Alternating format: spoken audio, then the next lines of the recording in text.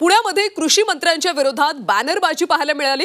ना शेतकऱ्यांना कर्जमाफी ना हमीभाव, कृषी मंत्री जंगली रमीत व्यस्त अशा आशयाचे बॅनर लावण्यात आले। सूरज चव्हाणांवर सुद्धा राष्ट्रवादी शरद पवार पक्षाने टीका केली। मांगीरबाबा चौकामध्ये कृषी मंत्री माणिकराव कोकाटे यांच्या विरोधात बॅनरबाजी करण्यात आली। राष्ट्रवादी काँग्रेस शरद पवार पक्षाकडून तीव्र संताप व्यक्त करत पक्षाचे कार्यकर्ते संदीप काळे यांनी खोचक मजकुराचे बॅनर लावत निषेध व्यक्त केला। ना शेतकऱ्यांना कर्जमाफी ना हमीभाव आणि कृषी मंत्री जंगली रमीत व्यस्त असा जोरदार टोला या बॅनरमधून लगावण्यात आला।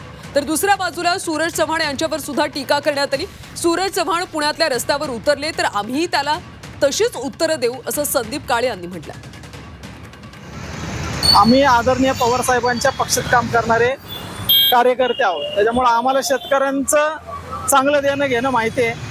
आम्ही पण शेतकऱ्यांच्या बाजूने कायम काम करणारे कार्यकर्ते आहोत। त्याचा निषेध म्हणून मी हे बॅनर लावलेले आहेत आणि कृषी मंत्र्यांनी एकतर राजीनामा द्यावा आपल्या पदाचा आणि जंगली रमीचा ब्रँड अँबॅसेडर व्हावा।